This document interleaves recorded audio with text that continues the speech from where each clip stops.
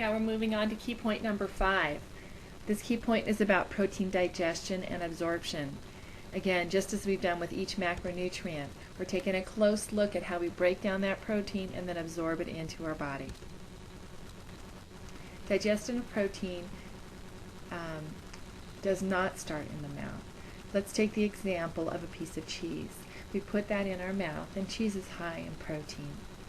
It's also high in fat, but we're going to concentrate on the protein part of it right now. We put that cheese in our mouth and we chew it up. There's some, of course, mechanical breakdown of that cheese, but no significant digestion. We swallow the cheese. It travels down our esophagus to our stomach. The pH of the stomach is very acidic at 1.7, and that acid alone starts to denature the protein. The protein unfolds and unravels somewhat, and it also begins to be broken down into small polypeptides because of an enzyme called pepsin in the stomach. As the protein, that cheese, is then moving out of the stomach and into the small intestine, you have some action by both the pancreas and the small intestine, providing enzymes called proteases. Again, ASE is your clue that these are enzymes. And these proteases work to break the long strand, the polypeptide strands, which again are long strands of amino acids, down into tri and dipeptides. So 2 and 3 amino acid strands. As it then travels along the small intestine, we have those finger-like projections called villi that also have an enzyme called peptidases. The peptidases break those tri and dipeptides down into single amino acids. Keep in mind, as we talk about absorption of amino acids or protein, similar amino acids will compete for absorption at the same site, at the villi. And this is really key to know, because if any person goes, let's say, to GNC and purchases a single amino acid for whatever proposed benefit, such as creatine or other amino acids that are sold individually or isolated out there, you need to be careful, because you may be inducing yourself into a deficiency of a certain single amino acid because you're overdoing it with another amino acid. Absorption. When we talk about absorption, it's the amino acid that's absorbed into the bloodstream directly. The primary function of those amino acids is for building and rebuilding tissue. We can also use those for energy in the body, but the first priority would be for building tissue. When we have more calories from protein than we can use for building tissue, then your body diverts the energy from that protein to be used solely for the energy. So we need to do a couple of things to get to the energy in the amino acid. We need to deaminate it, which is removing that nitrogen group. And then we take that nitrogen group and we convert it in our body to ammonia and then urea and eliminate it from the body.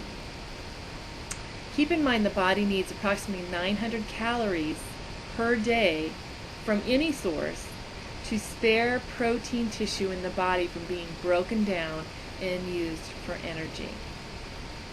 We also have another minimum requirement. We need approximately 130 grams of carbohydrate per day to spare protein. So that 130 grams, of course, is going to vary from person to person depending on their size and weight, but we do need a minimum amount of carbohydrate per day. The essential amino acids, we've got 20 amino acids that are useful to the human body. 11 of those we consider non-essential because the body is able to make them. But we have 9 essential amino acids that we have to get from the diet. That's the definition of the essential amino acid. We need to get them from the diet to be able to get adequate quantities. Now, some of the essential amino acids, we may be able to make some of it in the body, but we may not be able to make enough in the body to prevent deficiency. So that's why we have to get it from the diet. Let's talk briefly about nitrogen balance. The goal is to hit an equilibrium when it comes to eating protein. And the key component with that protein that makes it different from other nutrients is the nitrogen.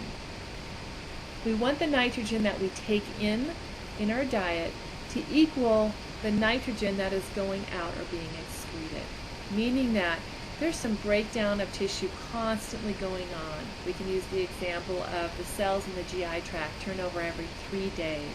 Well, when those are generated, we need some nitrogen or some protein to regenerate those. That nitrogen is excreted out when those are broken down. So we want to make sure we're taking in an equivalent amount with our diet per day to keep that in balance. And most healthy adults we would consider to be in nitrogen balance the majority of the time. Somebody who might go into positive nitrogen balance, though, is taking in greater amounts of protein than they are excreting out. And this would be a situation where maybe somebody is growing, like a small child, or in pregnancy where the fetus, of course, is growing and there's lots of tissue building going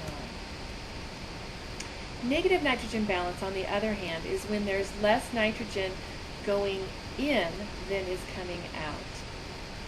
This happens in the situation of surgery, someone who's sick or immobile, where the muscles might be atrophying. The muscles are breaking down. So your body's excreting that nitrogen from that muscle breakdown. And that excretion is greater than the amount that we're utilizing or taking in from the diet. Protein quality is another topic to discuss when we get into talking about protein in the diet. A complete protein contains all of the 9 essential amino acids. Another term that's used, though, is high quality protein. And what we're looking at with that is we want to see that a protein has all of the 9 essential amino acids, but it makes it even a higher quality if they're in the proportions that are needed by the body. And what we find is plant sources tend to be less high quality than animal proteins for this reason. Now, this is not to say that plant proteins can't provide adequate and very effective nutrition. You can, but you have to be more careful about how you combine those proteins and how much of them you take in when they're only from a plant source versus an animal source, because the animal source is going to have all 9 of the essential amino acids and in the proportions that our body needs. One way that they score protein quality is something called the PDCAAs. This is a scale, and the scale goes from 0 to 100, 100 being best. And the standard used to measure protein quality is we consider eggs to be the most readily digested and perfectly balanced protein to meet human needs, having all 9, of course, of the essential amino acids.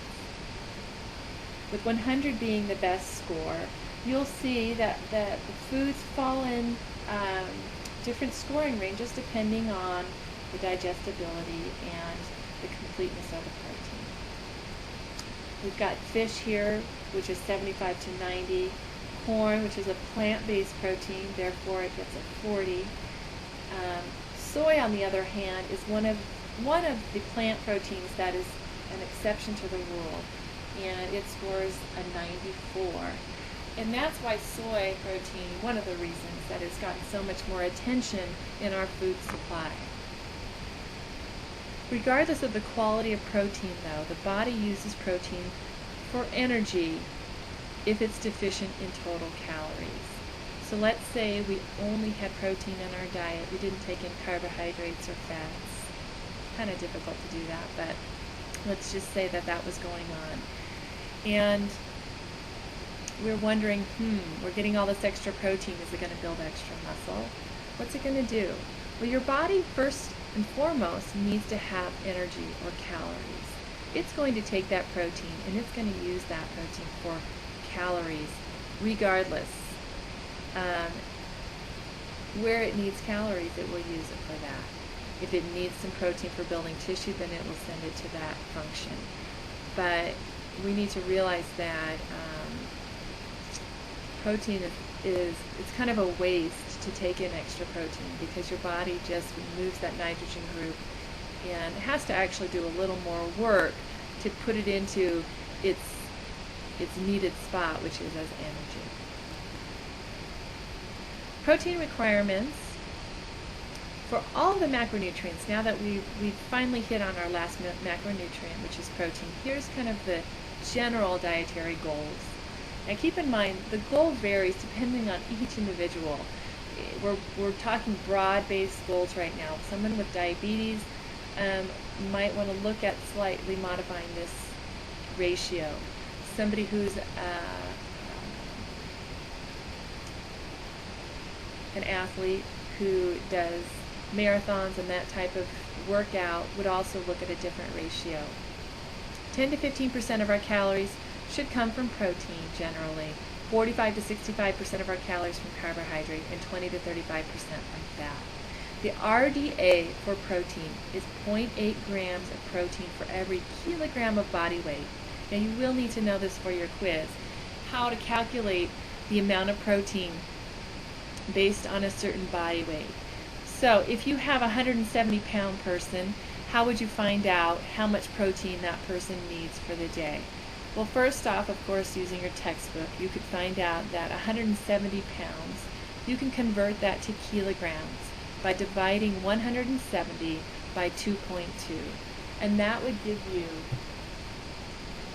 the weight in kilograms. So I'll do that right now for you. 170 divided by 2.2 comes out to 77.3 kilograms.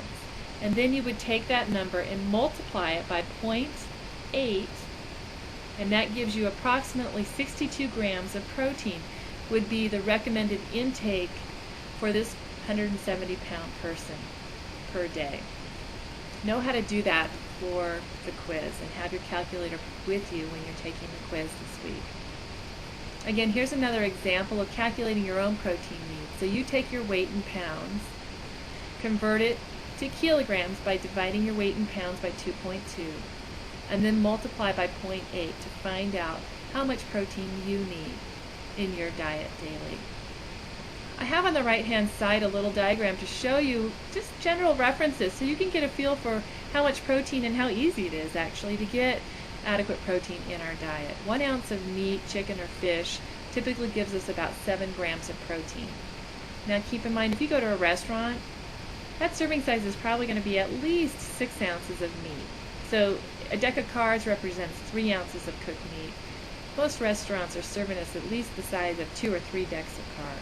So if we said 6 ounces of meat at a given meal, we would take 6 ounces of meat times 7. That right there gives you 42 grams of protein.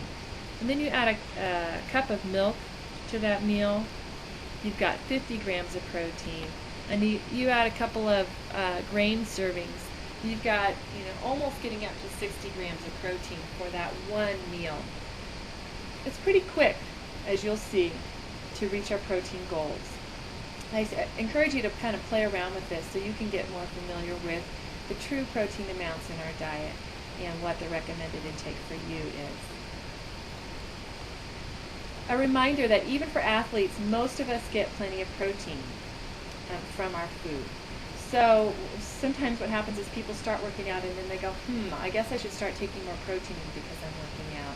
And that's usually a misnomer. Typically they're taking in way adequate protein prior to working out, so there's not much adjustment that needs to be done to their diet. It's the muscle work. Working out the muscle is what builds muscle, not simply protein in the diet. Yes, we need to have adequate protein available when that muscle is rebuilding itself after a workout, but just getting lots of protein with no workout will not build muscle. Working muscles truly need carbohydrate for energy during the workout. So really, that's why we need carbohydrate as a foundation of the diet for most athletes.